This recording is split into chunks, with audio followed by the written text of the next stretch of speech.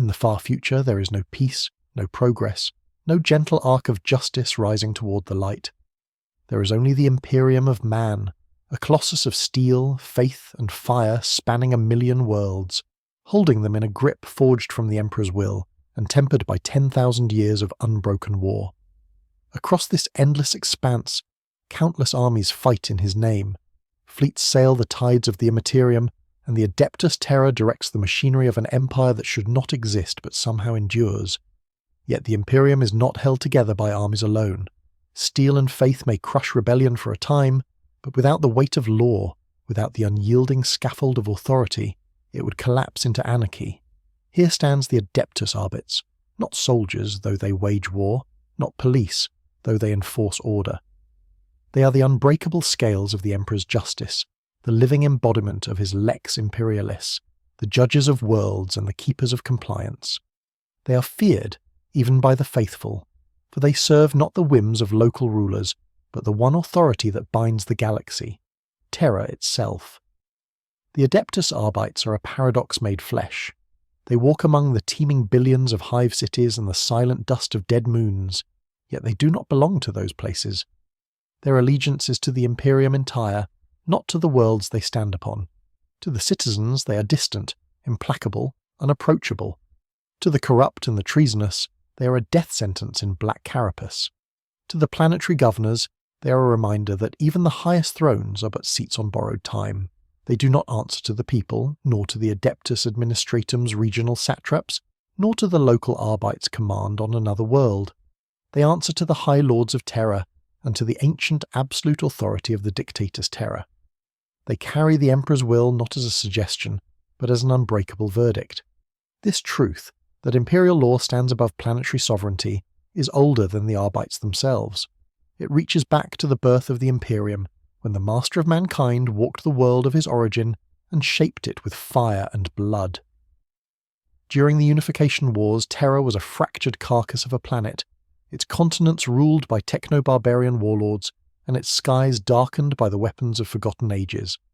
The Emperor conquered it piece by piece, but conquest was only the beginning. To weld the shattered nations into a single power, he imposed not merely dominion but a common law. One code, one authority, one voice above all others. It was this unifying principle that the Great Crusade carried to the stars. In those early days, compliance was enforced by the Legions Astarte, by Imperial army regiments, and by the agents of the nascent administratum. These forces could bring a world to its knees, topple its tyrants, and proclaim it a subject of terror. But once the banners were raised, and the warships moved on, the problem remained. Local rulers bent the knee under the shadow of orbital bombardment, but as soon as Imperial fleets withdrew, old habits resurfaced. Tithes were withheld, trade laws were ignored, edicts were reinterpreted in the light of local custom. The Emperor saw what all conquerors eventually learn. Without constant enforcement, law decays. And so the seeds of the Arbites were sown, an order that would not leave when the banners did, an unblinking sentinel of imperial compliance that would stand on every world until the end of days. When the Horus heresy erupted, the nascent mechanisms of imperial law were tested to their breaking point. Loyalist and traitor alike claimed legitimacy. Planetary governors chose sides, often declaring for the War Master in defiance of the throne. In that maelstrom, the concept of centralized incorruptible enforcement became more than a tool of governance, it became a necessity for survival. When the fires of civil war at last guttered out, the Imperium rebuilt not only its armies, but its legal machinery, reforging it to withstand treachery.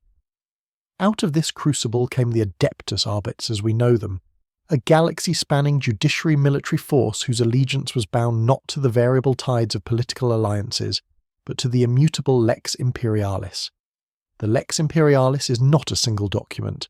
It is a vast, evolving body of decrees, precedents, and statutes, stretching back 10 millennia, codified in archives that would dwarf hive spires. It dictates everything from the weight of a tithe-grain shipment to the conduct of planetary rulers, from the obligations of trade guilds to the protocols for contacting Xenos species, which is to say, to forbid it on pain of death. It is interpreted and enforced in the name of the Emperor, but in practice it is administered by the Senatorum Imperialis. The Adeptus Arbites serve as its blade and shield, interpreting the law where ambiguity exists, and executing its punishment where none does. To understand the power of the Arbites, one must grasp a fundamental truth. They do not exist to protect the people from crime. They exist to protect the Imperium from the people. They will hunt down heretics, seditionists, and traitors, yes, but their true prey are those who threaten imperial stability. A planetary governor who withholds tithes is as much their target as a cult leader plotting rebellion. In the eyes of the Arbites, the common citizen exists within the law. The planetary ruler exists under it. No rank, no achievement, no centuries-old dynasty places one beyond their reach. That reach is backed by sanctioned brutality. On countless worlds, the sight of the Arbites' black-armoured patrol sends ripples of unease through the crowd. Their armour, reinforced carapace layered with ceramite plating, reflects no light. Their visors conceal all trace of humanity, turning each enforcer into a faceless avatar of authority. They carry combat shotguns and suppression shields into riots, executioner rounds for unarmoured dissidents, shock mauls and cyber mastiffs for pursuit in cramped underhive tunnels. Their voice amplifiers render every command metallic and absolute, a pronouncement from the law itself. When they arrive, it is not to negotiate, it is to declare. On Terra itself, the heart of the Imperium, the Arbites' precinct fortresses are like mountains of steel and adamantium, embedded into the very bedrock of the throne world. On frontier worlds, their bastions might be smaller, but no less formidable.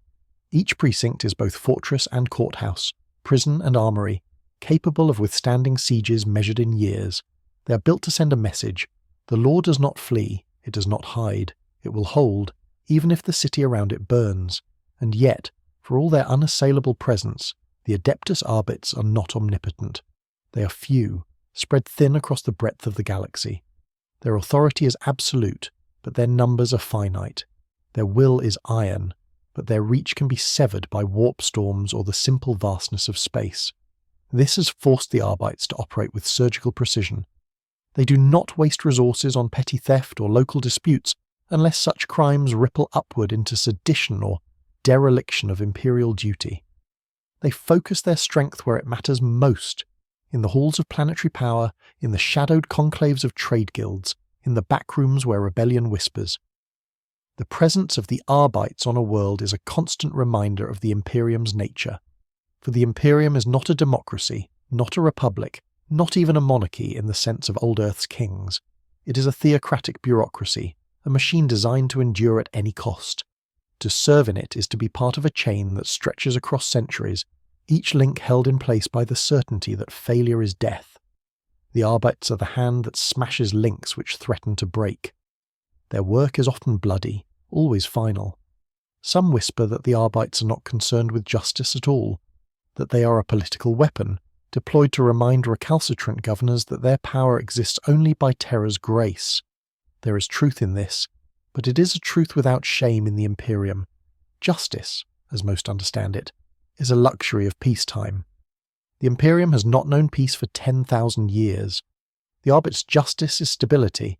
Their mercy is the swift and public eradication of dissent, so that billions may continue their toil unimpeded.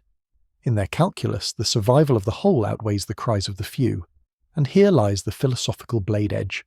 When the law is the will of the Emperor, and the Emperor is eternal, the law becomes infallible. If the law is infallible, then any challenge to it is by definition heresy. In such a system, there is no higher appeal, no moral argument that can overturn the verdict. The Arbites embody this paradox. They are enforcers of an unchanging truth in a galaxy that changes constantly, interpreters of a code that admits no error. To question them is to question the Imperium. To question the Imperium is to stand outside it, and to stand outside it is to invite annihilation. This is the unyielding scale upon which all things are weighed. This is the presence that stalks the high spires and low gutters alike. The Adeptus Arbites are not loved. They are respected in the way one respects the drop beneath a narrow bridge, as a constant, immutable fact of existence. On some worlds, their judgments have held cities together for centuries. On others, their arrival has heralded purges that reshaped entire civilizations. And yet, for all their strength, all their iron-bound authority, the question remains. In an empire where the law itself cannot be wrong, what place is left for justice? The Adeptus Arbites, as the galaxy knows them now, did not emerge whole from the Imperium's birth. They were forged slowly, in the crucible of unification, war and betrayal, shaped by the Emperor's vision and the desperate necessities of holding a galaxy together. To understand their formation is to understand the Imperium's deepest truth. That order is never a natural state. It is imposed, and it is paid for in blood. Long before the first Arbites precinct rose from the dust of a conquered world, the concept of a universal imperial law had begun to take root. On ancient Terra, after the last techno-barbarian kings had been broken beneath the banners of the Emperor's Thunder Warriors, he stood as not only the supreme warlord but the sole legislator of the planet. The unification wars were not merely military conquests, they were campaigns of legal conquest. Each defeated warlord's decrees, traditions, and parochial laws were torn down and replaced with edicts issued in the Emperor's name. These laws were rigid, unambiguous, and deliberately above local politics, a framework that demanded loyalty to Terra before loyalty to one's own kin or city. It was in this climate that the first prototypes of the Arbites were born, hand-picked enforcers who answered only to the Emperor and his nascent administrative councils. These early imperial judges, as they were sometimes called, were more akin to travelling magistrates than the fortress-bound enforcers of later centuries. Clad in heavy armour and armed with relics of the Age of Strife, they rode with detachments of proto-legionary warriors or imperial army troops, their role not to win battles but to solidify victories. When a city was pacified, they would convene tribunals to strip the defeated nobility of their privileges, install compliant officials, and ensure that the tithes demanded by Terra would flow without interruption. In some regions, they were greeted as harbingers of a new orderly age. In others, they were feared as the bringers of punitive decrees and unanswerable verdicts. The Emperor's vision was vast, but his reach was not infinite.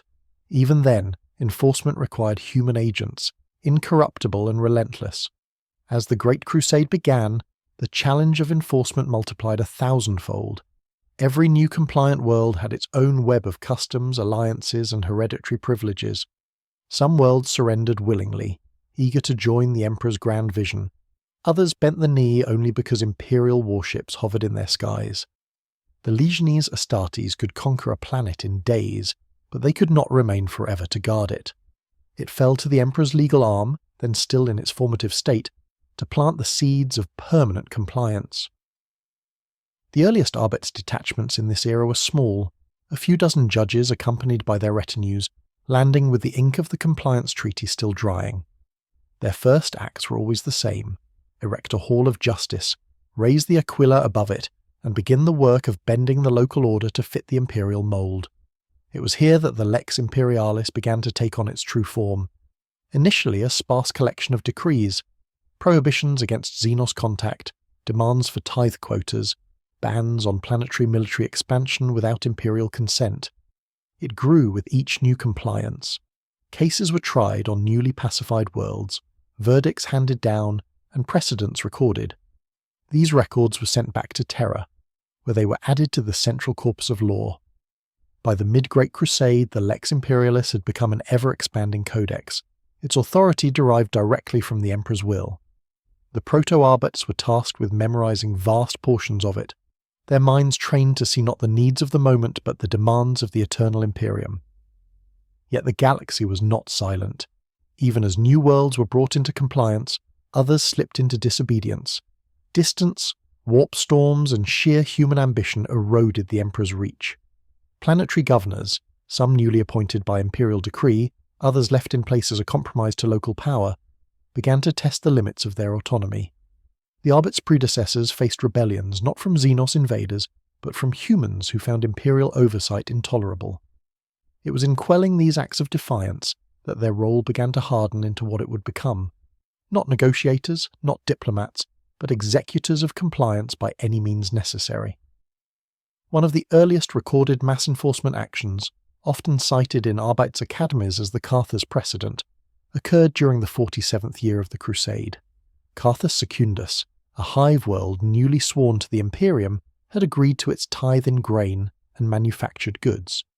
But when the Administratum's collection fleets arrived, they found the warehouses empty.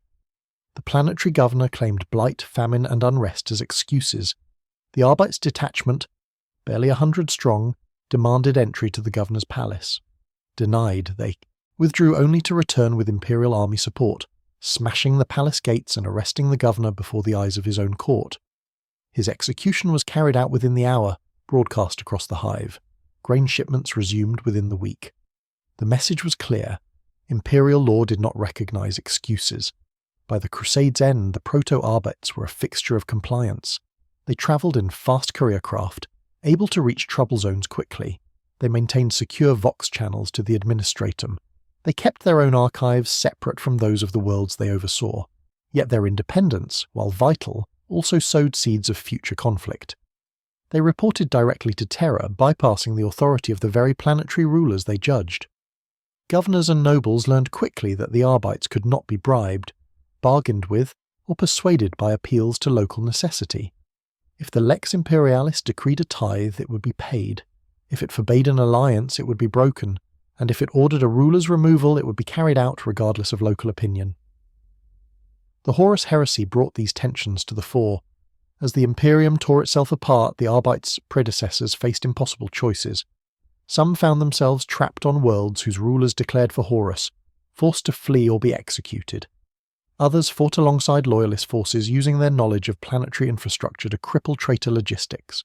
In rare but chilling cases, Arbites detachments themselves split, with individual judges siding against their fellows. The heresy taught a brutal lesson.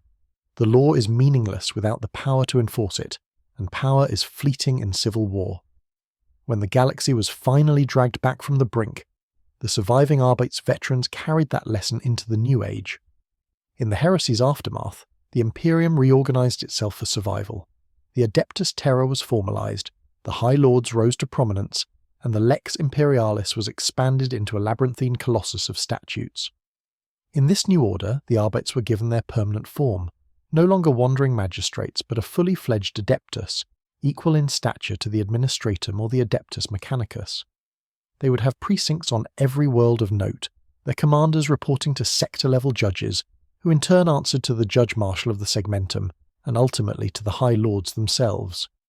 This chain bypassed all local authorities, a deliberate safeguard to prevent governors from suborning or neutralizing the Emperor's enforcers. The transformation from roving enforcers to fortress-bound guardians was not merely organizational.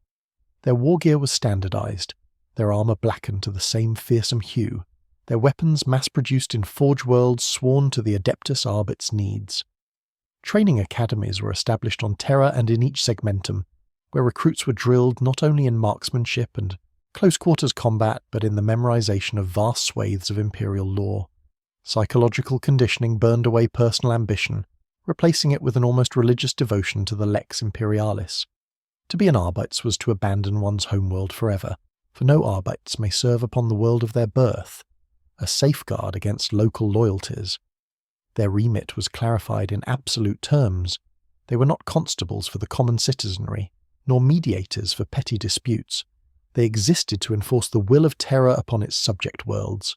Sedition, treason, tax evasion on a planetary scale, refusal of tithes, harbouring of heretics. These were their jurisdiction. Anything less was beneath their attention. For the common citizen, the enforcers of the local PDF or a city's magistratum would handle thefts and murders. For the Arbites, such crimes only mattered if they threatened the stability of the Imperium itself. In the centuries that followed, the Arbites became the final word in matters of planetary compliance. Governors might bluster, nobles might threaten, but all knew that a knock on the palace gates from an Arbites detachment could mean the end of a reign. The early centuries after the heresy saw repeated demonstrations of this authority, as rebellious worlds were brought to heel not by vast imperial crusades, but by targeted enforcement actions. Sometimes a single arrest would suffice. Sometimes an entire city would be placed under siege until the law was obeyed. The Arbites earned their reputation in these years, not as soldiers of conquest, but as soldiers of permanence, the ones who came after the war and made sure its results could not be undone. It was in this era, too, that the most dangerous truth about the Arbites took root in the minds of those who understood imperial politics. They were the Emperor's judges, but they were also the High Lord's executioners. In theory, the Emperor's will was unchanging and eternal. In practice, The interpretation of that will flow through the Senatorum Imperialis, and thus through politics, ambition, and the shadows of power. The Arbites might think themselves incorruptible, but they could be used, deployed not only against the truly rebellious, but against those whose removal was convenient to terror. For most citizens of the Imperium, such distinctions were meaningless. The law was the law. For the few who understood the machinery behind it, the Arbites were a reminder that in the Imperium, legality and necessity were often indistinguishable. And so the Adeptus Arbites stood ready in every era of Imperial history, their black-armoured forms a constant across worlds that had nothing else in common. From hive spires to feral settlements, from oceanic fortress states to drifting void colonies, they carried the same authority, spoke with the same voice, and enforced the same decrees. Their birth had been slow, their growth deliberate, their purpose unchanging. They were and remain the judges of mankind, not to weigh good against evil, but to weigh loyalty against rebellion, and to deliver the verdict without hesitation. The Adeptus Arbites do not walk in the light of popular acclaim, nor do they bask in the fleeting warmth of public trust. They are not the beloved champions of the Guard, nor the lauded saints of the ecclesiarchy. They are the hammer that falls without hesitation, the faceless shape in the doorway when the night is silent, the embodiment of the Lex Imperialis made flesh and armour. And by the dawn of the 33rd millennium, their presence was not merely a necessity for imperial governance, it was the indispensable spine upon which the Emperor's will rested. What had begun as the administrators and forces had evolved into something far more terrible, a unified, galaxy-spanning judicial war machine whose authority could neither be defied nor appealed. The Imperial Palace had decreed long ago that the Lex Imperialis, the codex of laws binding the billions of worlds under the throne, was not merely a suggestion of conduct, but a divine mandate. Its precepts stretched from the protection of tithing rights to the preservation of imperial infrastructure, from the regulation of void commerce to the suppression of heretical speech. To violate these laws was not merely to offend a planetary governor, it was to transgress against the Emperor himself. The Adeptus Arbites were the instruments by which such transgressions were punished. Their power was absolute, not because it was granted by consent of the governed, but because it flowed directly from the throne. It was in these centuries that the Arbites refined what might be called their carapace, the cultural, doctrinal, and physical armour that made them what they were. In doctrine, they were uncompromising. The Lex Imperialis was not subject to local amendment, nor was it to be weighed against tradition, sentiment, or mercy. In recruitment, they were exacting. Aspirants were drawn from the scholar progenium, those orphaned sons and daughters of imperial servants who had died in the Emperor's name. In training, they were remorseless. Drill sergeants broke recruits down to dust and rebuilt them into something colder, harder, more obedient than a mortal heart should be. The outer shell of the Arbites was literal as well as symbolic. Their armour, the iconic black carapace with deep crimson trim, was more than a uniform. It was a second skin, a message carved in ceramite and plasteel. There is no compromise, no negotiation, only law. The visor of their helmets revealed nothing of the human within, a deliberate erasure of identity that made them interchangeable avatars of justice. An Arbite's patrolman on a feral world looked the same as one on a hive world or a shrine moon. Their presence erased the notion that imperial law could bend to the will of culture or circumstance. To those who saw them, they were not individuals, but the same singular force, ancient, unyielding, and omnipresent. The armament of the Arbites mirrored their role. Each arbitrator bore a combat shotgun, its roar a thunderclap in the narrow corridors of a hive or the echoing halls of a governor's palace. Suppression shields, shock mauls, and executioner rounds turned crowd control into a carefully calculated science of deterrence and annihilation. For riot suppression, they deployed in lockstep phalanxes, shields raised like a wall of iron, advancing without pause under hails of thrown debris and lass fire. For judicial raids, they struck in the pre-dawn hours, breaching doors with melter charges, cutting through any who stood between them and their quarry. They were never meant to win hearts. They were meant to end resistance.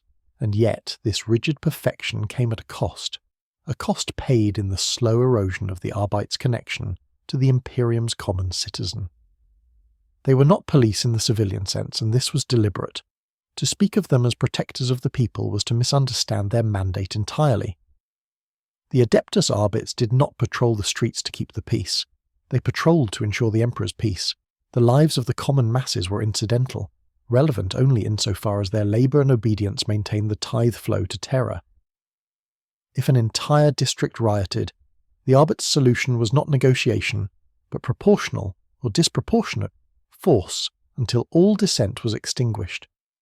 In the eyes of the Arbites, a single planetary governor could be more valuable than 1,000,000 citizens.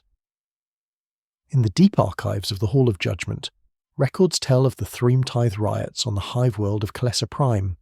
The planetary governor, accused of diverting grain tithes to his personal coffers, faced open rebellion in the streets. Local enforcers could not contain it, and the Arbites deployed in full strength. What followed was not an investigation into the governor's guilt, but the swift and merciless suppression of the uprising. Thousands died in the lower Habs, shot or burned when Arbites flamers swept entire plazas clear. When the smoke cleared, the tithes resumed. The governor remained in power, a reminder that Imperial law was concerned first and foremost with stability and compliance, not with abstract ideals of fairness. To the Arbites, the rioters had not sought justice. They had defied the Emperor's order. Such actions were not anomalies but the natural consequence of the Arbites' worldview. Justice to them was not a matter of conscience but of codex. The Lex Imperialis did not ask why an order was given. It asked only whether it had been obeyed.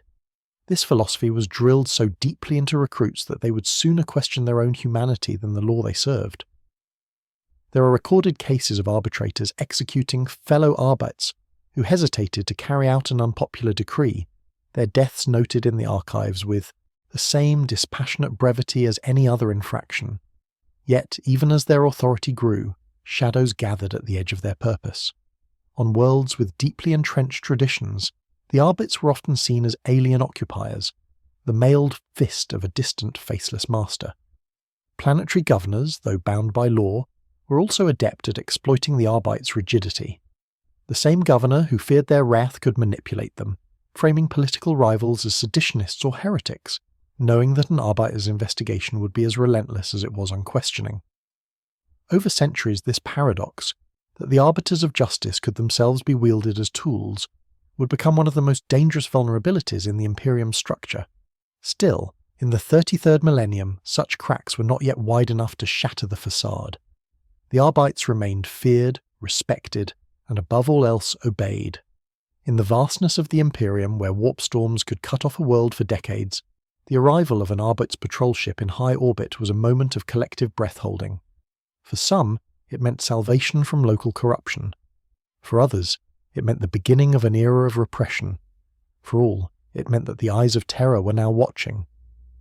Their black ships, often mistaken for the dreaded vessels of the Inquisition, were stark and utilitarian, less ornate than those of the ecclesiarchy, less ostentatious than the fleets of the Navis Nobilite. These were ships built for purpose, to deliver judges, arbitrators, and their war gear to any corner of the galaxy, to extract prisoners, and to serve as mobile courts in orbit. Within their steel corridors, prisoners awaited trial, though trial, in the Arbite sense, was less an inquiry and more a formalization of sentence. The Arbites' judges were the pinnacle of their order, stern-faced officers whose word could condemn a planetary governor or exonerate a planetary militia. Clad in heavier armour, wielding power mauls and bolt pistols, they were not only the interpreters of the Lex Imperialis but also its enforcers. A judge's arrival on a world was an event. Their decisions were final, their presence often accompanied by a full detachment of arbitrators to ensure compliance. And where a judge walked, the law followed. Not the mutable law of local governance, but the unyielding script of terror. By the close of this era, the Adeptus Arbites had become both more and less than human in the eyes of the Imperium. More, in that they embodied the incorruptible ideal of law untainted by personal motive. Less in that they had stripped away the softness of mortal compassion, leaving only the rigid geometry of order and obedience.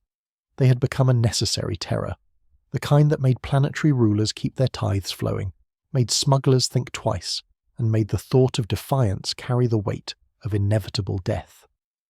And yet, beneath that black carapace of law, questions began to stir, questions whispered by those who saw too much, those who understood too well.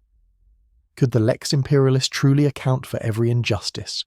Could law, once absolute, remain pure in the hands of men who bled, feared, and aged? Was the Arbites' loyalty to the throne unbreakable, or was it only untested? The Imperium's great machine tolerated no uncertainty, but history would prove that uncertainty was inevitable. The cracks had not yet split wide, but the first hairline fractures had formed, and as the galaxy darkened, those fractures would be prized open by forces far more insidious than simple rebellion.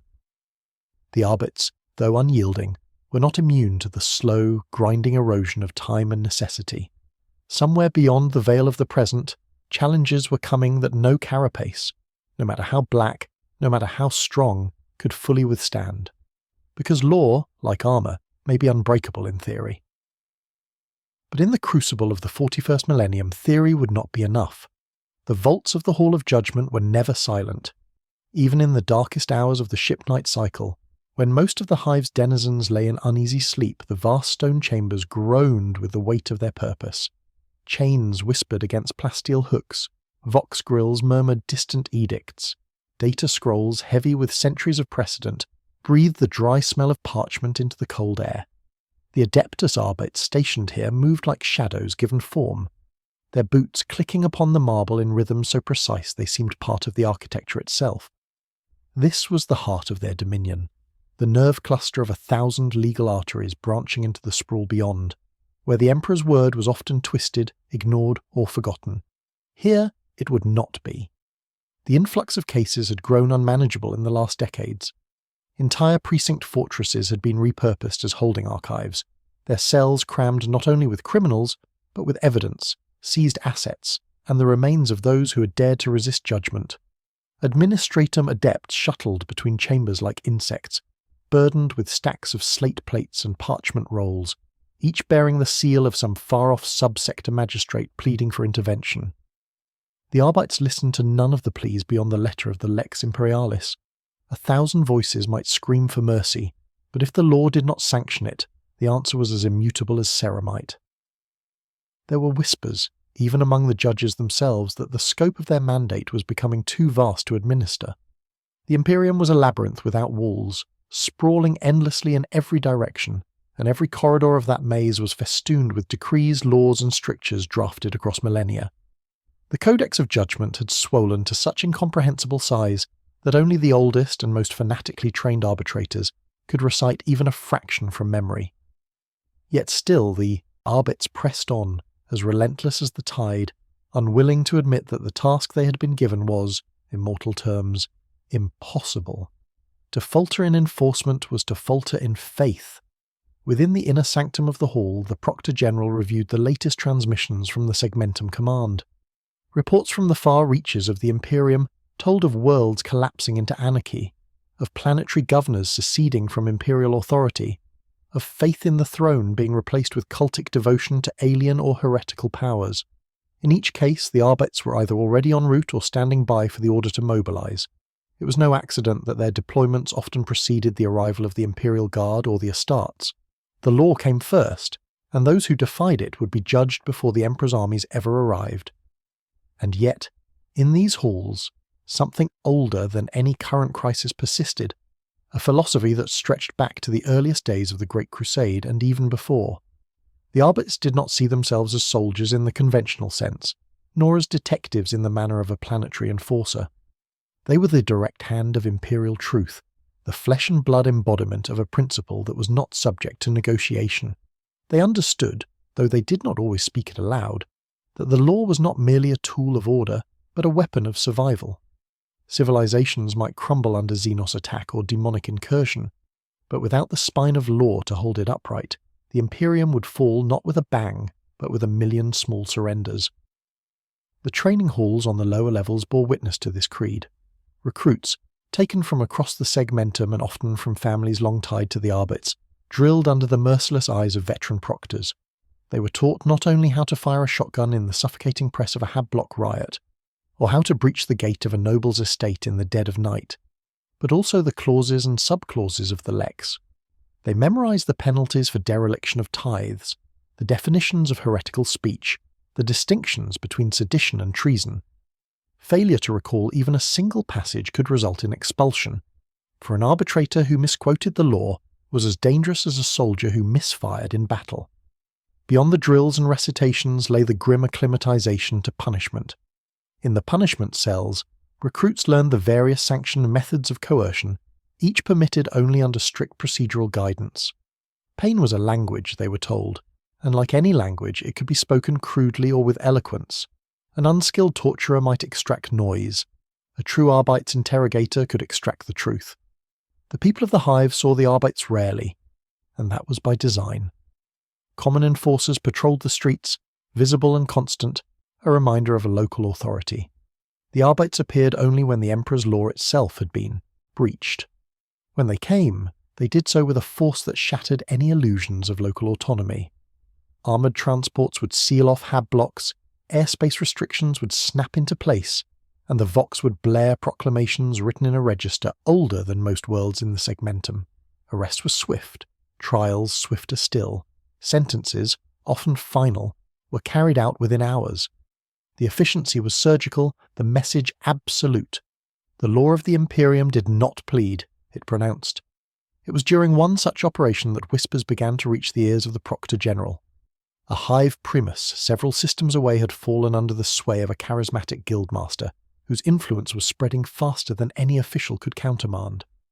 Records showed a sudden suspension of tithes, unexplained disappearances of administratum officials, and the unusual silence of the local enforcers.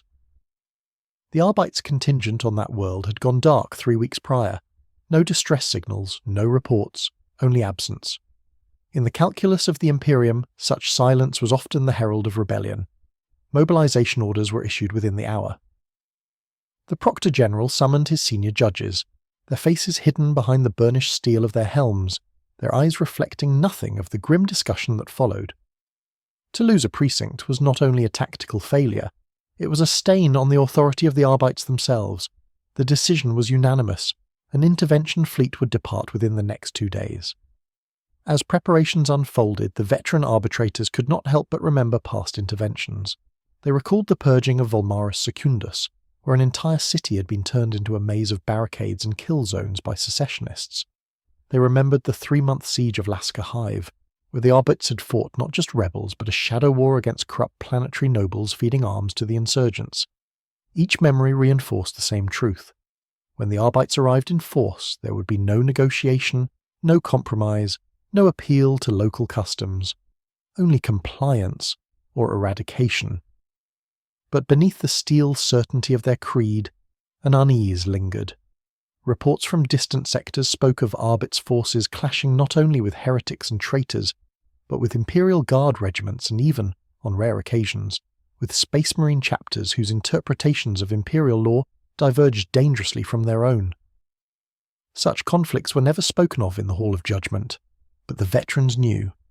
The Imperium was not a monolith in practice, and when interpretations of the Emperor's will differed, blood could flow between his own servants. The fleet's departure was a display in itself. Thunderhawks lifting from the fortress pads, Vox signals encrypting and transmitting orders across light years, the thrum of void shields as the massive Arbites cruiser broke orbit. Civilians in the upper spires paused to watch the dark silhouette pass across the hive's artificial sun, the symbol of the Aquila gleaming briefly on its prow before it vanished into the void. For many, it was the first and last time they would see such a vessel. In the hall, the Proctor General stood alone before the vast statue of the Emperor that dominated the main atrium. The stone eyes seemed to look down with neither approval nor condemnation, only the weight of expectation. The Arbites existed to serve that expectation, to ensure that in a galaxy of 1,000,000 worlds, the law did not become a relic, but remained a blade. And in that moment, he knew that the coming operation would test not only the strength of his arbitrators, but the very perception of their authority across the segmentum. For if the law could be defied here, it could be defied anywhere. And yet, there was something in the silence from that distant hive that unsettled him in ways no open rebellion ever had. A missing report was one thing. The total erasure of a precinct's presence was another. In the dark corners of the galaxy, such absences sometimes had causes that the Lex Imperialis could not anticipate, and could not punish in the usual way. He turned from the statue, his robes whispering across the marble, and descended into the strategium. Orders had been given, and soon enough, judgment would follow.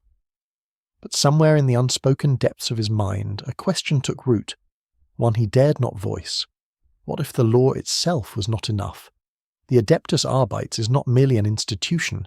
It is a living mechanism of imperial authority, a fortress of law woven into the marrow of the Imperium's governance. To understand its true nature is to dissect the anatomy of an organism designed for one singular function, the execution of the Emperor's justice, untempered by pity, undistracted by mercy. From the first breath of an arbitrator's training, the individual is stripped of identity. Name, heritage, even homeworld, these become meaningless before the mantle of law. Their oaths are not to the soil of their birth or the blood of their kin, but to the throne and its decrees. Across 10,000 years, this culture of deliberate dehumanization has produced enforcers who do not falter before the complexity of conscience. For the Arbites, there is no question of morality, only of legality. Their doctrine begins in the Schola Progenium, where the progeny of imperial servants, martyrs, and fallen officials are tested, broken, and reforged. Here, amid the cold echo of drill squares and the ink-black shadow of imperial statues, recruits learn that the law is not a guideline, but a constant. To an arbitrator, the lex imperialis is immutable, a vast codified truth compiled from millennia of imperial edicts, senatorum decrees, high lords' pronouncements, and the remnants of ancient Terran law.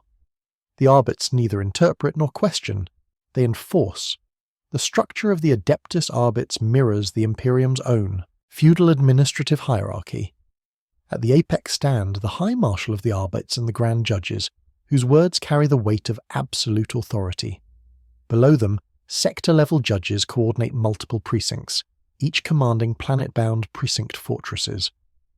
These are not modest watchhouses, they are fortresses of ferrocrete and adamantium, bastions capable of withstanding siege, housing evidence vaults, detention oubliettes, training yards, and execution halls. Within each precinct fortress, roles are divided with precision. Proctor marshals command large operational forces, proctors lead squads, and arbitrators execute the orders without deviation.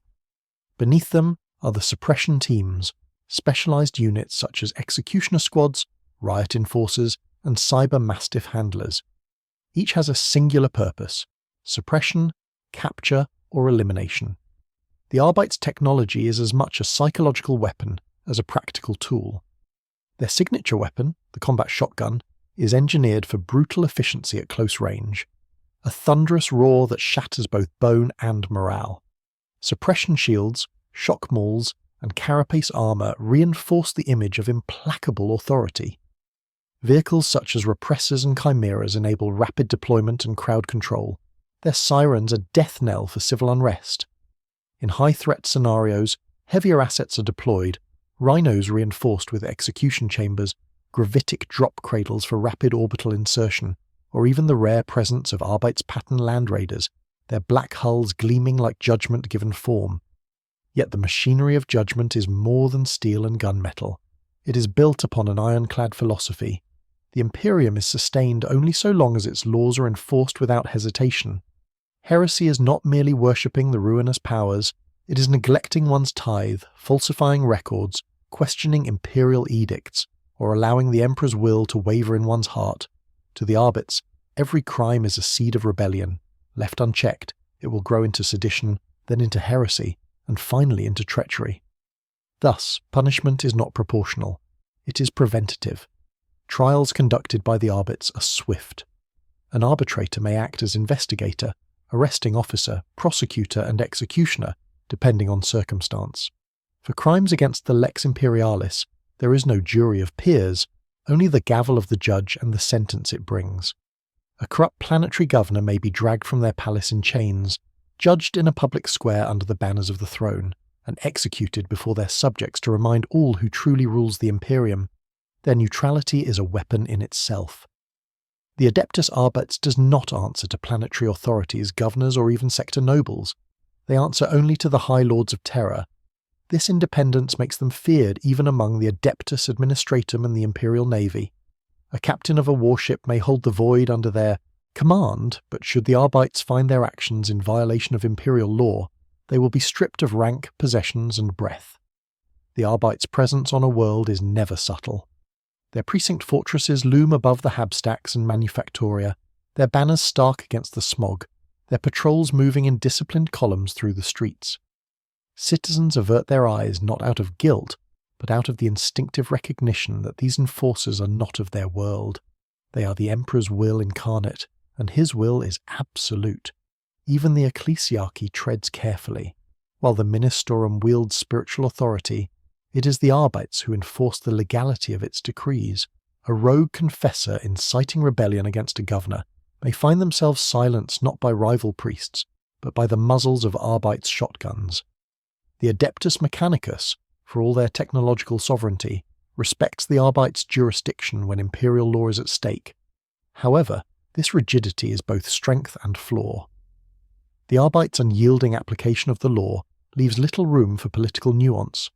In cases where the letter of the law conflicts with the survival of a world, the Arbites will often choose law over life.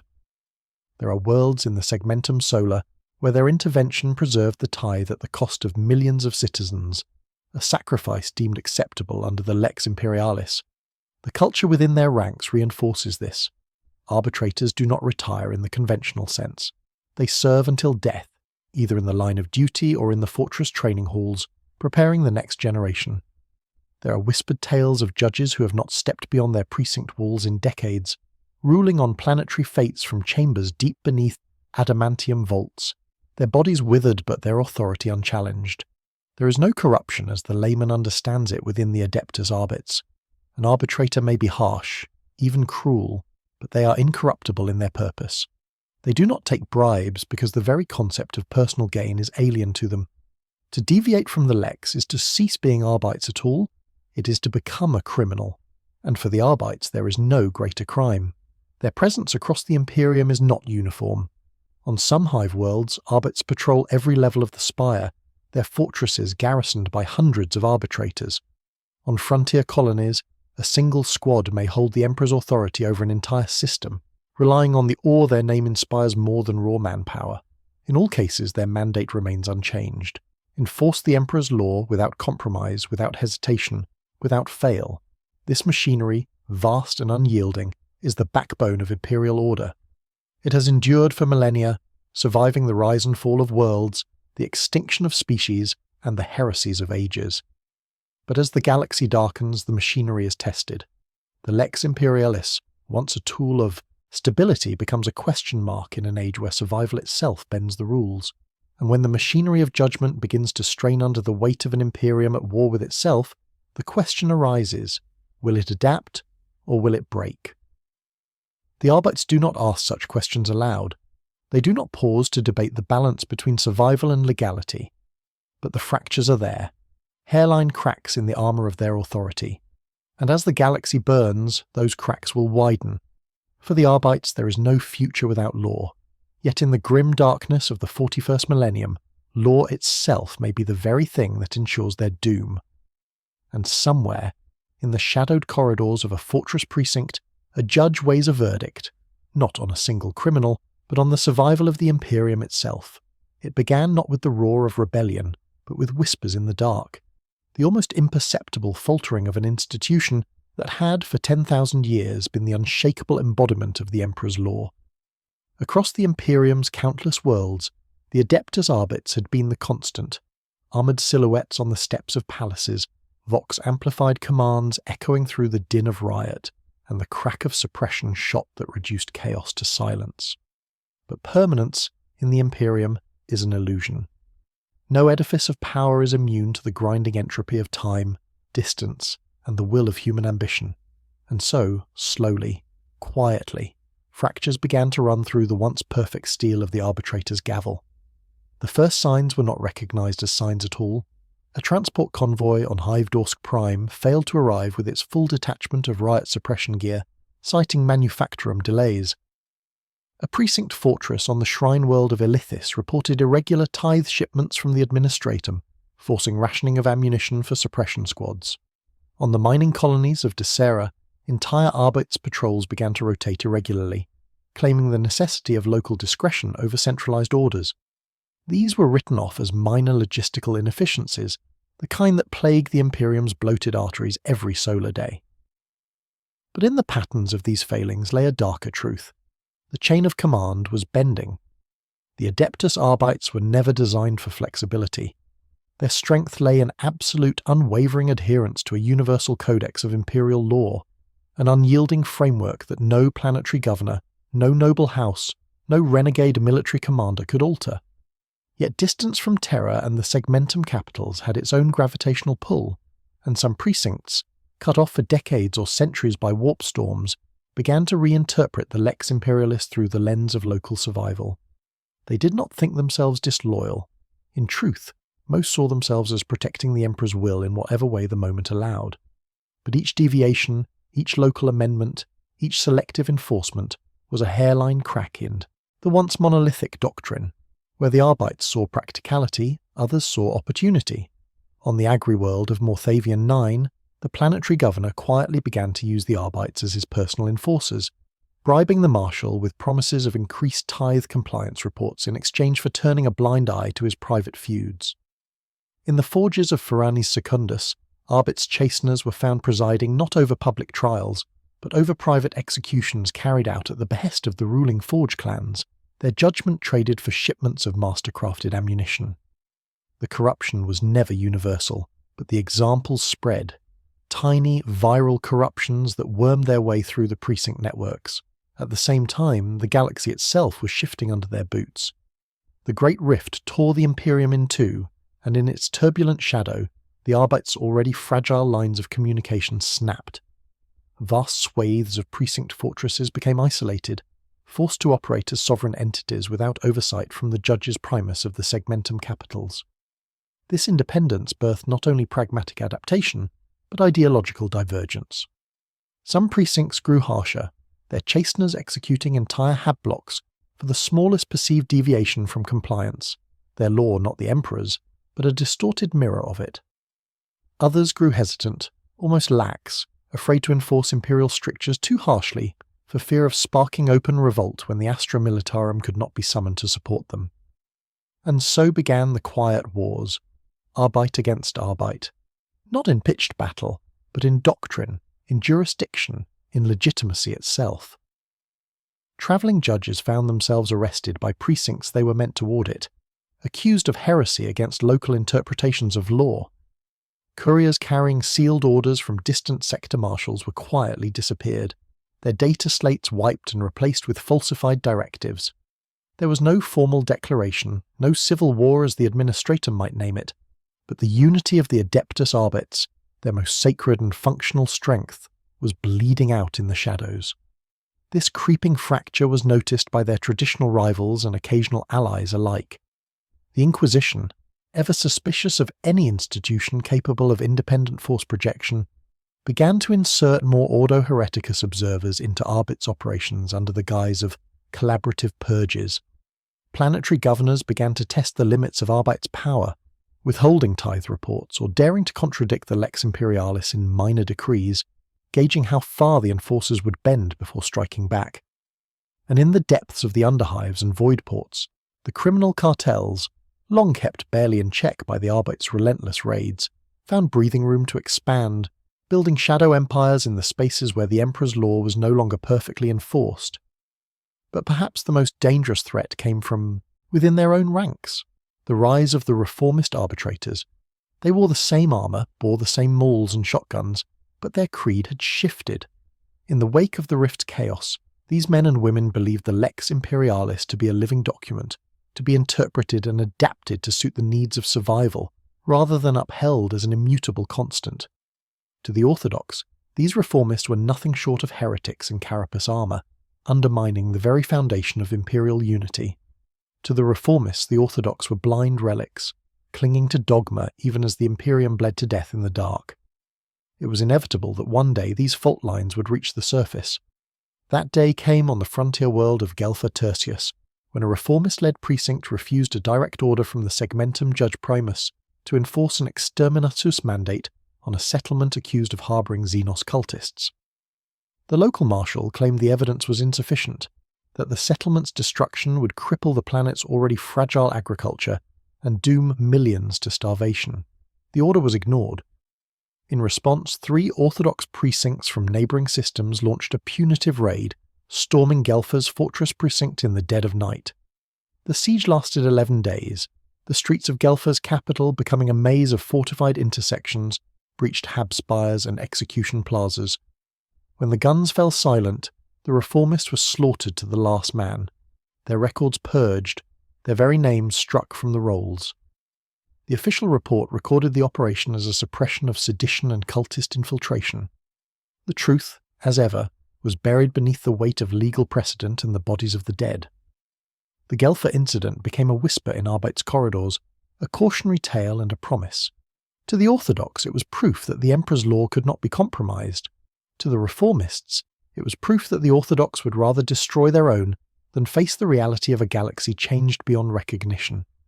Both sides grew more resolute, more entrenched, and more willing to see the other not as misguided brothers, but as enemies to be erased. As these internal conflicts spread, the Arbiters' outward face remained, to the untrained eye, unshaken. On countless worlds, arbitrators still marched in lockstep, still dispersed riots with disciplined fire, still brought the Emperor's justice to governors and gangers alike. But the unity was an illusion, a facade maintained for the sake of fear and compliance. Beneath the visor lenses, arbitrators assessed not just the criminals before them, but the loyalties of their own comrades. Behind the walls of fortress precincts, judges convened not merely to try accused heretics, but to quietly discuss which precincts could no longer be trusted to uphold the lex imperialis as written. In this growing climate of suspicion, the law itself became a weapon, not against the enemies of the Imperium but against other servants of the Emperor. Precedent was twisted, codices selectively cited, ancient Terran rulings exhumed from dusty archives to justify actions that would once have been unthinkable. A marshal might accuse a rival of exceeding jurisdiction, simply to remove them from a key precinct. A chastener might fabricate evidence of ideological deviance to justify an execution that served no higher purpose than the removal of an obstacle. The line between justice and politics blurred until neither could be clearly seen, and yet, despite all this, there remained those among the Arbites who still clung to the old ways, who still believed in the lex imperialis as a perfect, unbreakable reflection of the Emperor's will. They worked quietly, patiently, trying to hold the edges of the institution together even as the centre rotted. They would not succeed, not entirely. For the galaxy was entering an age where law, like faith, would be tested not against mere crime or sedition, but against the apocalypse itself. The fracture had begun, and like all fractures in the Imperium, it would widen until something, someone, forced it closed, or until the structure shattered completely. What the Arbites did not yet understand was that the test ahead would not come from within their own ranks, nor from the petty governors and crime lords they had battled for millennia. The challenge that would define their survival would arrive from the darkness between the stars, in a form against which neither precedent nor doctrine could shield them, and when that challenge came, the gavel of the Emperor might be lifted one final time, only to strike nothing but dust. The Arbites were forged to uphold the Emperor's word as unyielding stone, but in the shadowed corridors of the Imperium's endless bureaucracy, stone can crack in silence. By the mid-39, whispers began to coil through the administratum's endless halls, whispers of conflicting decrees, contradictory statutes, and edicts so arcane they no longer bore resemblance to the laws they claimed to protect. The Lex Imperialis was meant to be the pure, untouchable scripture of governance, but in the cold light of practice, it had become a living labyrinth, shifting, self-consuming, and at times weaponized by those who understood its blind spots. At first, the Arbites noticed the anomalies only as procedural inconveniences, edicts issued twice under different seals, planetary decrees contradicting subsector law, and conflicting orders arriving from distant segmentum capitals years after the events they were meant to address. But patterns began to emerge. Lawbreakers who could never have escaped sanction suddenly did so on technical grounds. Governors under investigation received last-minute reprieves sealed by high-ranking adepts whose names had not been heard in centuries. And in some cases, Entire dossiers vanished into the warp of administration, their contents neither destroyed nor retrievable. It was as if the Lex itself had begun to serve two masters. The first Arbites to speak of this openly were silenced, not by assassination, but by reassignment to meaningless duties on distant, irrelevant worlds. Their absence was explained away as routine deployment, but their former precincts noted a change in tone from the central command. The Arbites were to focus less on interpretative irregularities and more on enforceable infractions. That distinction was subtle, but profound. It marked the beginning of an era where the Arbites were, perhaps unknowingly, being steered away from investigating the machinery of the Imperium itself. Yet the Arbites were not a monolith. In countless precincts across 1,000,000 worlds, judges with long service and longer memories began to see the threads connecting these distortions. The oldest among them remembered edicts from Terra that were absolute in clarity, their directives cutting through the noise of planetary politics like a blade. But the newer orders were clouded. Entire paragraphs were given over to qualifiers and provisos that seemed designed to introduce loopholes. Arbites who tried to close those loopholes through action often found themselves caught in them instead. This was most visible in the Hive worlds, where law was not merely a framework, but a survival mechanism. In the teeming depths of Hive Primus on Necromunda, a particularly damning case emerged. A cartel accused of trafficking heretical artifacts was brought to trial under the Lex's heresy statutes. The Arbites had evidence, witness testimonies, and even confession under sanctioned interrogation. Yet, within days of the trial's commencement, a newly issued subsector commercial accord declared that certain antique religious items were to be exempt from seizure, provided they were accompanied by proper guild certification. The cartel had such certification, dated centuries earlier, but now suddenly valid. The Arbites were forced to release them. The judges who protested were reminded coldly that their authority derived from the Lex Imperialis, and the Lex had spoken. To the average citizen of the Imperium, such legal maneuverings were invisible. Life was too short and too brutal to notice the nuances of governance. But the Arbites noticed. They noticed when planetary governors began citing obscure codices to refuse audits, when military commanders invoked sector defense protocols to shield themselves from civilian law, and when certain individuals seemed to vanish into jurisdictional transfers that led nowhere. The more they pulled at these threads, the more they risked becoming part of the weave themselves. Some within the Arbites began to theorize, quietly, in guarded conversations in sound-shielded chambers, that these distortions were not accidents, nor the result of mere inefficiency. They spoke of the Shadow Lex, an invisible mirror to the Lex Imperialis, written and rewritten not by the Emperor's will, but by the hands of those who knew how to bend the law's structure for their own purposes. Whether such hands belonged to corrupt administratum officials, rogue inquisitors, or agents of even darker powers was a question that could not be openly asked without risk. The mere suggestion implied that the sacred machinery of the Imperium was compromised, and that thought was as close to treason as a judge could tread. The more cautious Arbites sought to counter this creeping corruption, not by challenging it directly, but by creating their own shadows. They archived duplicate records in secret vaults. They maintained off-ledger chains of custody for dangerous evidence. Some judges cultivated networks of informants not just among the populace, but within the administratum itself. These hidden channels allowed them to act in ways the official record could not reflect, striking at criminals who otherwise would have been untouchable. But such methods were dangerous, for if discovered, the judges themselves could be branded as renegades. Still, there were victories. In the hive spires of Gathalamor, a covert Arbites task force dismantled a heretical cult, whose leaders had disguised themselves as trade envoys under segmentum protection.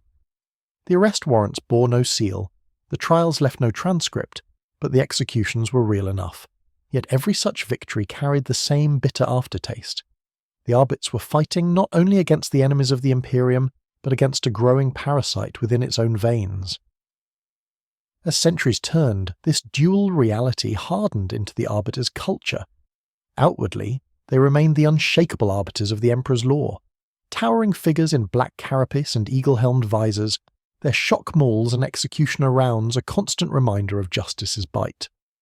But beneath the surface, precincts learned to adapt to the Shadow Lex. Some became masters of navigating its contradictions, using one obscure statute to cancel another. Others embraced a doctrine of silent resistance, enforcing the emperor's will in ways that never touched the official record. And a few, a dangerous few, began to see the Shadow Lex as an opportunity. For if the law could be bent, could it not also be shaped by those with the resolve to do so? This was the most dangerous seed of all, the idea that judges themselves could wield the Lex as a weapon beyond the emperor's design. Those who walked this path risked becoming what they despised, yet history records that some did so with a conviction that they were the only safeguard left. Whether they were right or not is a question left to time, but it was in this crucible of distortion and secrecy that the Arbit's next great trial would be forged. And when that trial came, it would not arrive from the shadows of the Lex, but from the fires of open rebellion, a storm that would test not only the Arbits to enforce the law, but their understanding of what the law truly was. For in the end, the Lex Imperialis was only as strong as those who dared to speak its name, and the voices were beginning to falter. The flames of rebellion do not roar, they simmer beneath the surface, licking at the foundations of order until the entire edifice trembles. For the Adeptus Arbites, this simmering ignited into an inferno few had foreseen, a conflagration that would test the limits of their authority, the purity of their doctrine, and the very essence of imperial law. This was no ordinary riot or insurrection. It was a siege upon the concept of law itself. The crucible was the hive world of Riza Secundus, a planet known less for its vast manufactoria than for the toxic waste that festered in its underhives and the fervent faith of its populace.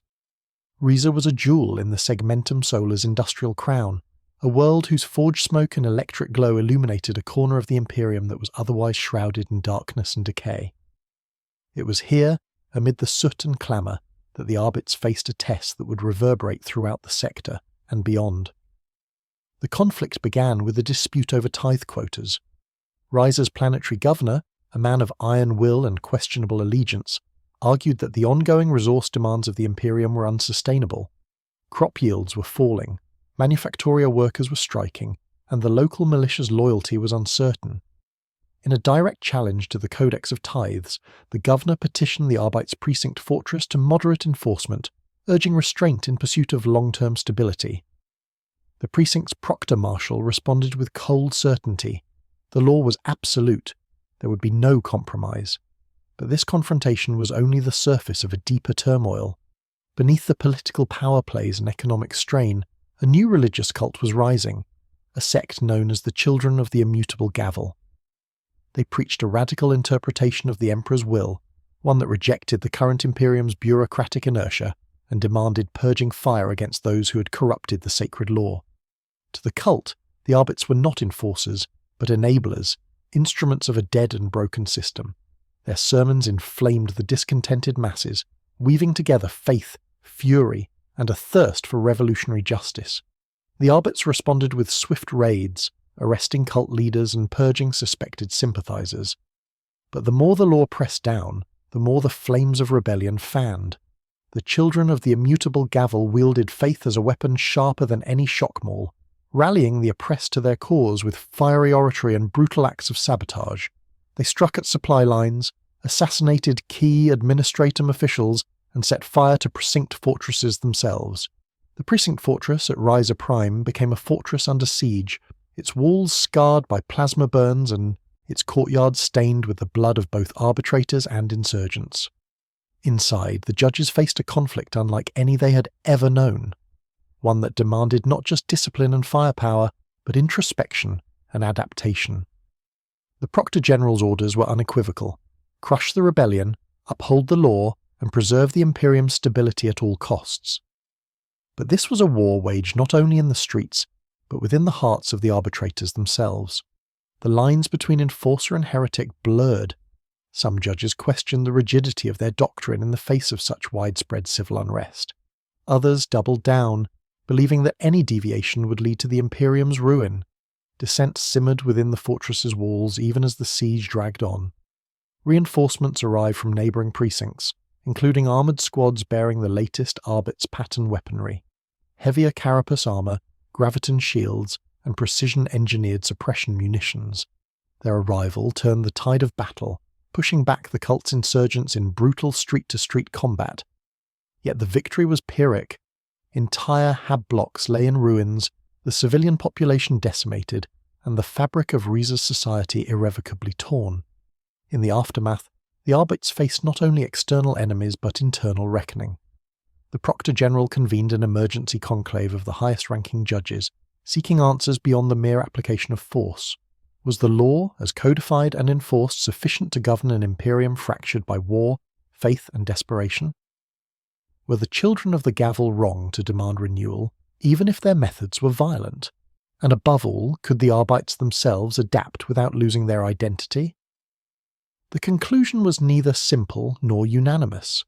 Some advocated for reforms, greater flexibility in enforcement, a measured approach to dissent, and collaboration with other imperial institutions. Others warned that any softening of the law's grip would be a poison, inviting chaos and heresy. The Proctor General, a man of few words but vast authority, decreed a renewed emphasis on doctrine and discipline, while secretly commissioning clandestine inquiries into the cult's origins and its wider network. Riza Secundus became a symbol, a warning, and a lesson. The siege demonstrated that the Adeptus Arbites, despite their power, were not immune to the Imperium's wider crises. The law was a shield, but also a blade that could wound its bearer. The children of the immutable gavel, though crushed, had exposed fault lines not only in the Arbites' enforcement, but in the very legitimacy of the Emperor's law in a galaxy breaking apart. As the smoke cleared and the fortress walls were rebuilt, the Arbites continued their eternal vigilance. The siege had changed them, as all great trials do. It forced them to confront uncomfortable truths about authority, justice, and the cost of order in an age of relentless conflict. The Arbites remained the Emperor's judgment, his authority, his law. But the question lingered in the silence after the guns fell quiet.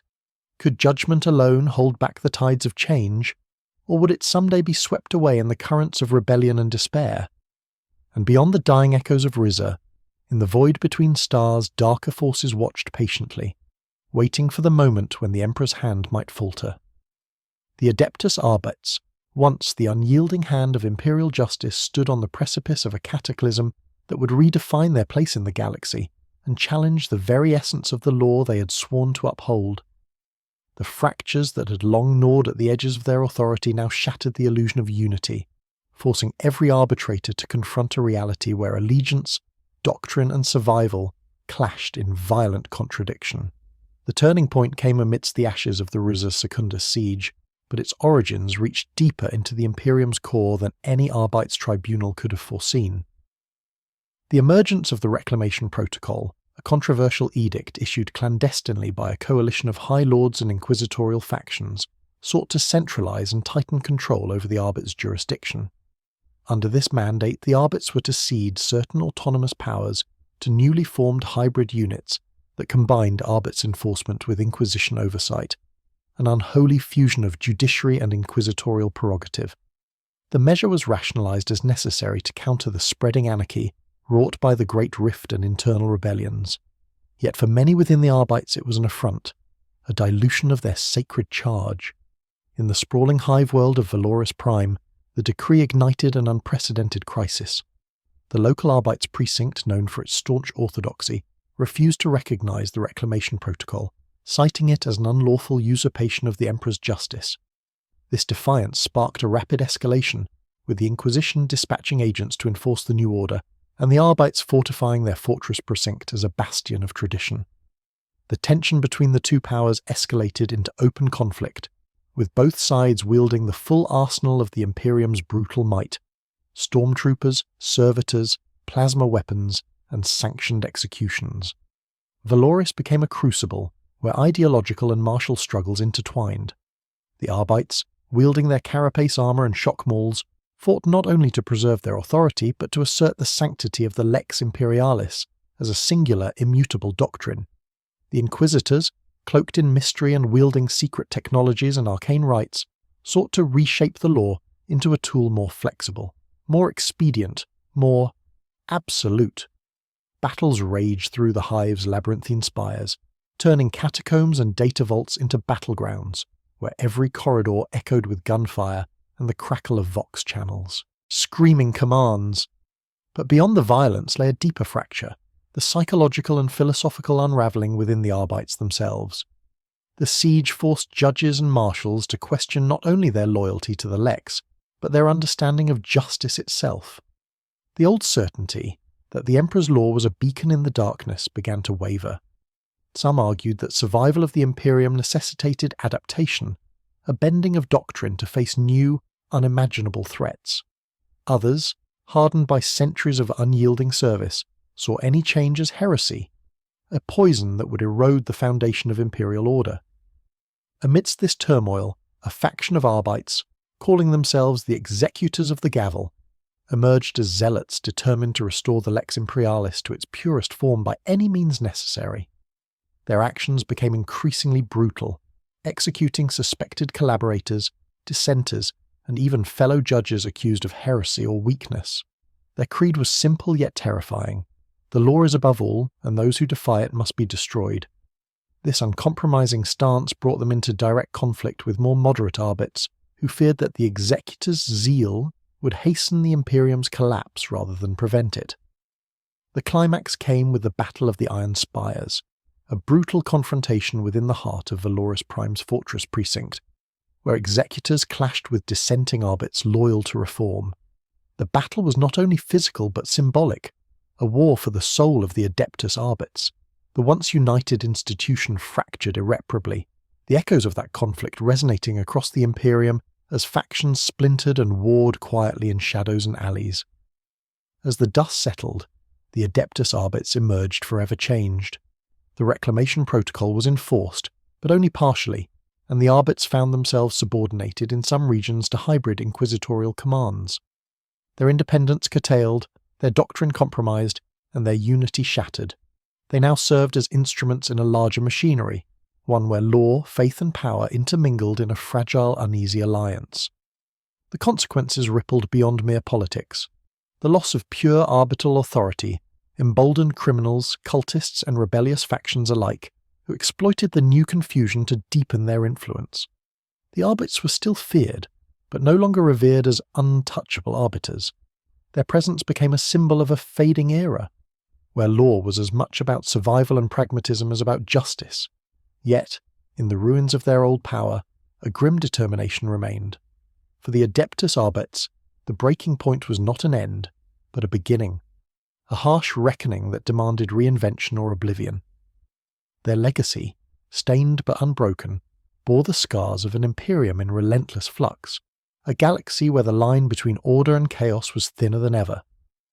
And so, beneath the darkening stars the Arbites march on, judgment tempered by doubt, authority shadowed by compromise, law overshadowed by necessity. In the grim darkness of the 41st millennium, the final verdict has yet to be written. The gavel still falls, but for how much longer?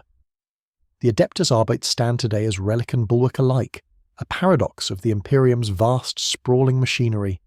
Their legacy is etched not just in the countless bodies that have fallen beneath their shock mauls or the shattered chains of heretics, criminals and rebels, but in the very structure of imperial justice itself. To comprehend their enduring influence is to peer deep into the heart of the Emperor's realm and confront the eternal tension between order and entropy, authority and anarchy, law and survival. After the cataclysmic events of the previous decades, the fractures, the Reclamation Protocol, the internecine conflicts, the Arbites endured by adapting, though never fully surrendering their core tenets. Their doctrine remains anchored in the Lex Imperialis, yet tempered by the hard lessons of pragmatism and the realities of an Imperium forever scarred by war and strife. In precincts across the galaxy, from the forge worlds of Mars to the underhives of Necromunda, Arbites still enforce the Emperor's will with a ruthless, unyielding precision, a living reminder that the Imperium's stability depends not just on faith or firepower, but on the cold scales of justice. Their precinct fortresses continue to dominate the skylines of countless hive worlds, their black banners flying over spires stained with smoke and blood. The iconic image of the Arbites, carapaced judges standing sentinel amid the chaos of imperial order, remains a symbol of law incarnate, a daunting presence that deters revolt and whispers a warning to those who would challenge imperial authority. Yet beneath this imposing facade, the institution is a mosaic of contradictions. Guardians of order, enforcers of mercy denied, arbiters of justice, yet often instruments of political will, warriors and judges caught forever in the crucible of their own contradictions. The cultural fabric of the Arbites is woven in subtle but profound ways. New generations of arbitrators are trained not only in the traditions of law and discipline, but also in understanding the nuances of diplomacy, subterfuge, and intelligence gathering. The rise of hybrid precincts, units combining Arbit's rigour with inquisitorial subtlety, reflects a grim acknowledgement. The galaxy is too fractured, too dangerous, for law to be enforced solely with shock mauls and combat shotguns. Yet, this fusion is met with suspicion by purists who fear the erosion of the Arbit's sacred independence. Technological advancements continue to shape their operations. Power armor has evolved to offer greater mobility without sacrificing protection. Suppressor shields pulse with energy fields capable of halting riots with non-lethal precision. Biometrics, neural implants, and Vox interface systems integrate arbitrators more deeply into Imperial networks, enabling real-time coordination across sectors and swift response to emerging threats. Yet, despite these innovations, the core weaponry, the shotgun's thunder, the maul's crushing blow, remains emblematic of the Arbites' philosophy: swift, unyielding justice. The Adeptus Arbites' interactions with other Imperial institutions remain complex and often fraught. The ecclesiarchy regards them as necessary enforcers of divine law, but is wary of their secular authority. The Inquisition respects their capabilities, but seeks to overshadow or absorb them in times of crisis. The Adeptus Mechanicus values their impartiality, but chafes at their interference in tech priest matters, and planetary governors see them alternately as protectors of order and threats to autonomy. These uneasy alliances and rivalries ensure the Arbites remain both powerful and isolated, a force unto themselves. Philosophically, the Arbites embody the Imperium's darkest truths: that absolute law is the only antidote to chaos, and that mercy is a luxury the galaxy cannot afford. Their presence is a constant reminder that the Emperor's peace is maintained through fear, as much as faith, that justice often demands sacrifice on a scale unimaginable to those who live outside the Imperium's endless wars. Yet, their legacy is not without stain. Stories circulate whispered in the dark of precincts fallen to corruption, of arbitrators who have become executioners without judgment, of secrets buried beneath the weight of the law. The spectre of internal dissent persists, with factions within the Arbites debating the future of the institution. Should they cling to orthodoxy or embrace reform? Should they serve as blind enforcers or thoughtful governors? The answers remain elusive, lost in the labyrinthine corridors of power and doctrine. Despite this, the Adeptus Arbites endure because the Imperium requires them, not only as enforcers of law, but as symbols of the Emperor's unyielding will. In a galaxy where death is constant, where heresy festers like a poison, where rebellion ignites like wildfire, the Arbites are the last line of defense against dissolution. They are the gavel that falls on chaos, the blade that cuts through doubt, the voice that commands silence. And so, they stand eternal, a grim testament to the cost of order in a universe where the only certainty is war. Their legacy is etched in iron and blood, in loyalty and sacrifice, in the eternal judgment of the Emperor's law. The Adeptus Arbites, judgment, authority, lawful. The gavel still falls, always,